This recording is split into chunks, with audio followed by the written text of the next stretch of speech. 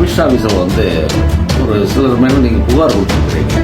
அந்த புகார் எதன் அடிப்படையில் கொடுத்தீங்க, என்ன காரணத்துக்காக அந்த புகார் கொடுத்தீங்க? ஜெபராஜ் என்கிற கிறிஸ்தவ மத போதனைன்னு பெருசா சொல்லிக்கிறது இல்லை. நடவடிக்கைகளை விமர்சனம் பண்ணி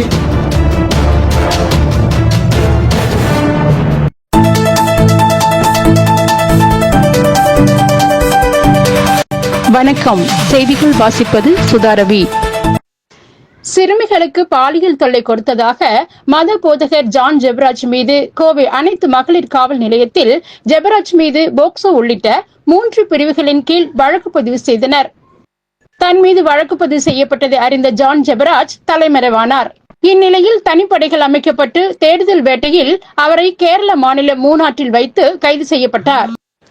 இந்த பரபரப்பான சூழ்நிலையில் தனியார் யூடியூப் சேனல் ஒன்றில் சத்யன் பிரபு என்பவர் அளித்த பேட்டியில் கோவையில் பிரபல வழக்கறிஞரும் சமூக விழிப்புணர்வு இயக்கத்தின் தலைவருமான ஜே.டி. சாக்ரட்டிஸ் குறித்து அவதூறான கருத்துக்களை கூறியுள்ளார் என்று கோவை மாநகர காவல் ஆணையரிடம் புகார் அளித்து உள்ளார்.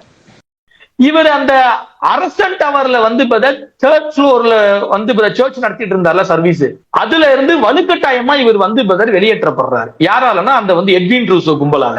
இதுல ஜே.டி. சாக்ரட்டிஸ், சந்தோஷ் வில்லியம் அப்படின்னு சொல்லி 2 பேரை சொல்றாங்க அட்வொகேட். இவங்க வேலை என்ன அப்படின்னா, எந்தெந்த சர்ச்சில எல்லாம் அந்த மாதிரி பிரச்சனைகள் இருக்கோ அங்கெல்லாம் உள்ள பூந்து கட்ட பஞ்சாயத்து பண்ணி அங்க பணம் பாக்குறதே பிரதான வேலையா வச்சிருக்கிறதாக அங்க உள்ளவங்க எல்லாம் நம்ம கிட்ட சொல்றாங்க. இது குறித்து செய்தியாளர்களை சந்தித்த சாக்ரட்டிஸ், என்னுடைய பெயர் ஜே.டி. சாக்ரட்டிஸ், சமூக விழிப்புணர்வு இயக்கம் என்கிற அமைப்பினுடைய தலைவராக இருக்கிறேன். சாக்ரட்டிஸ் கோவையில் கடந்த 33 ஆண்டுகளாக வழக்கறிஞர் தொழில் செய்து வருகிறேன். சார், இப்ப சமீபத்தில் கமிஷன் ஆஃபீஸில் ஒரு சிலர் மேல நீங்க புகார் கொடுத்துருக்கிறீங்க. அந்த புகார் எதன் அடிப்படையில் கொடுத்தீங்க, என்ன காரணத்துக்காக அந்த புகார் கொடுத்தீங்க? நான் வழக்கறிஞர் தொழிலில் மட்டுமில்லாமல் பல்வேறு சமூக பிரச்சனைகளில் பாதிக்கப்பட்டவர்களுக்காக களமிறங்கி போராடி இருக்கிறேன். அது கோவை மக்களுக்கு நன்றாக தெரியும். அதே போல முகநூல் பக்கத்திலும் என்னுடைய பதிவுகளுக்கென்று அதிகமான ஃபாலோயர்ஸ் இருக்கிறாங்க. இந்த வகையில் ஜான் ஜெபராஜ் என்கிற கிறிஸ்தவ மத போதகர் என்று அவரை சொல்லிக் கொள்கிற ஜான் ஜெபராஜ் என்கிற நபர், அவருடைய செயல்பாடுகள், அவருடைய உடல் மொழி, அவருடைய பேச்சு நடை எல்லாமே மற்ற பாரம்பரியமான நேர்மையான கிறிஸ்தவ இறை ஊழியர்களுடைய பேச்சுக்கும் நடைமுறைகளுக்கும் முரண்பட்டதாக, அதாவது எதிர்த்தரப்பாரை கேலி செய்வதாகவும் கிண்டல் செய்வதாகவும் இருக்குமே தவிர அவருடைய இதுல போதனைன்னு பெருசா சொல்லிக்கிறது இல்லை. அது மட்டும் இல்லாம அமைதியா நடக்க வேண்டிய ஆராதனைகளை குத்தாட்டம் போட்டு பல லட்சங்கள் செலவு செய்து, அதுல இந்த சினிமாவில் எப்படிலாம் காட்டுவாங்களோ, திரைப்படங்கள் எப்படிலாம் காட்டுவாங்களோ அதையெல்லாம் மிஞ்சுற அளவுக்கு இந்த கலர் லைட் எல்லாம் போட்டு அதுல இந்த நம்ம பொடிகள் எல்லாம் தூவி ரொம்ப ஒரு ஆடையும் ஒரு நாகரிகம் இல்லாத ஆடைகளை உடுத்திக்கிட்டு பேசுறதும் ரொம்ப கொச்சையான வார்த்தைகளை, பெரிய மனிதர்கள் எல்லாம் ரொம்ப கேவலமா தரம் தாழ்ந்து பேசுற செயல்களை செஞ்சு வந்தார். அவருடைய அந்த நடவடிக்கைகளை விமர்சனம் பண்ணி முகநூல் பக்கத்தில் நிறைய பதிவுகள் நான் எழுதியிருக்கிறேன். ஒரு பதிவு கூட தரம் தாழ்ந்து இருக்காது. இந்த இவரை பத்தி மட்டும் இல்ல, பொதுவாகவே என்னுடைய பதிவுகள் எதுவுமே என்னுடைய கருத்துக்கள் வீரியமா இருக்கும் ஒழிய தரம் தாழ்ந்த விமர்சனங்கள், தரம் தாழ்ந்த வார்த்தைகள் அதுல இடம்பெறாது. அது அந்த அடிப்படையில் தான் அவரை பத்தி விமர்சனங்கள் எழுதிட்டு இருந்தேன்.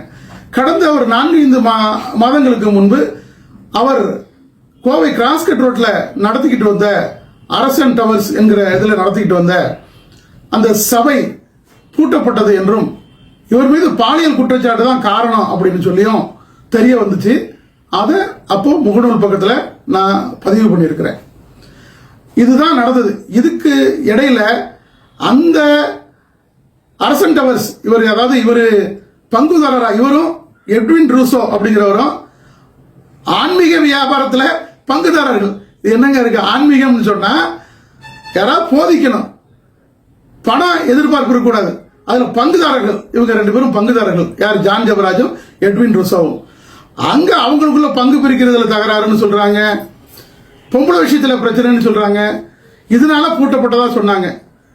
இதை பத்தியெல்லாம் கூட நான் எந்த பெரிய விமர்சனமும் எழுதலை. ஆனா இந்த இதுல வந்து ஜான் ஜெபராஜுடைய மனைவி மீது ஜான் ஜெபராஜ் ஒரு விவாகரத்து வழக்கு கோவை குடும்ப நீதிமன்றத்தில் தாக்கல் செய்திருக்கதா சொன்னாங்க. அதுலயும் நான் ஒன்றும் எந்த ஆர்வமும் நான் காட்டிக்கல. ஏன்னா என்கிட்ட வழக்கறிஞராக என்கிட்ட வழக்குக்கு வரல. அது அவங்களுடைய குடும்ப பிரச்சனை, அவங்களுடைய என்னுடைய வழக்குகளுக்கு அப்பாற்பட்டது. குடும்ப பிரச்சனையை பற்றி நான் விமர்சனம் பண்றதுக்கு ஒண்ணும் இல்லை. அந்த சமயத்தில் தான் நிறைய பாலியல் குற்றச்சாட்டுகள் வந்துச்சு. அதை பத்தியும் கூட நான் முகநூல்ல எழுதலை. அதன் பிறகு இவர் மீது முதல் தகவல் அறிக்கை பதிவு செய்யப்பட்டது, இவரை தேடி வர்றாங்க அப்படின்னு சொல்லி சொன்னாங்க. அப்போ நான் வந்து பொதுவா ஒரு பதிவு போட்டேன். இது போன்ற போதகர்கள், கிறிஸ்தவ போதகர்கள், குறிப்பாக கிறிஸ்தவ போதகர்கள் எப்படி இப்படியெல்லாம் வழி மாறி போறாங்க? இதுக்கெல்லாம் யார் காரணம்? பொதுமக்கள் இவங்களை பத்தியெல்லாம் தெரிஞ்சுக்காம இவங்களுக்கு காணிக்கை அள்ளி கொட்டுறாங்க. ஒன்றும் இல்லைங்க, நான் ஒரு வேலையை செய்யறேன், எனக்கு ஒரு நாளைக்கு இதுக்கு ஒரு 5000 ரூபாய் தான் அதுக்குரிய கூலி தகுமா இருக்கும், அல்லது 10000 ரூபாய் தான் தகுமா இருக்கும்னு சொன்னா நான் அதுல அடுத்த நாளுக்குரிய வேலைகளை பார்த்து அதுல வந்து நான் கவனம் செலுத்துறதுக்கு நான் தயாரா இருப்பேன். ஆனா இந்த இறை ஊழியர்கள், கிறிஸ்தவ இறை ஊழியர்கள் சொல்லிக்கிறாங்கல்ல, அவங்களுக்கு மக்கள் வந்து என்னமோ அவங்க அவரையே கிறிஸ்துவாக்கி லட்சக்கணக்கில் கொட்டுறாங்க. ஒரு 5000 ரூபாய் ஒரு நாளைக்கு கிடைக்க வேண்டிய இடத்துல எனக்கு 5 லட்சம் ரூபாய் கிடைச்சிச்சுன்னா எனக்கு மதம் பிடிச்சிருது. மதத்தை வச்சு சம்பாதிக்கிற எனக்கு வேறு விதமான தவறான கேளிக்கைகள்ல எனக்கு மதம் பிடிச்சிருது, தவறான சிந்தனைகள் வந்துருது. அப்படித்தான் இந்த ஜான் ஜெபராஜும் பாதிக்கப்பட்டார். இதுக்கெல்லாம் மக்கள் தான் விழிப்புணர்வோடு இருக்கணும். இது மாதிரி ஆட்கள் எல்லாம் என்கரேஜ் பண்ணக்கூடாது அப்படின்னு ஒரு முகநூல் பதிவு போட்டேன். ஜான் ஜெபராஜ் பத்தின விஷயத்தை வந்து முகநூல்ல பதிவிட்டேன்னு சொல்றீங்க.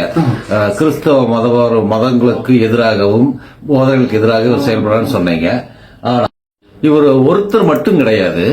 இந்த மாதிரியான நிறைய மத போதகர்கள், சாமி சாத்தான விரட்டுற முடிவளர் இப்படின்னு சொல்லி நிறைய பேரெல்லாம் இருக்கிறாங்க. அவங்களெல்லாம் விட்டுட்டு ஏன் நீங்க குறிப்பா ஜான் ஜெபராஜ் மீது முகநூல்ல வந்து நீங்க பதிவிடுறதுக்கு என்ன காரணம்? ஜான்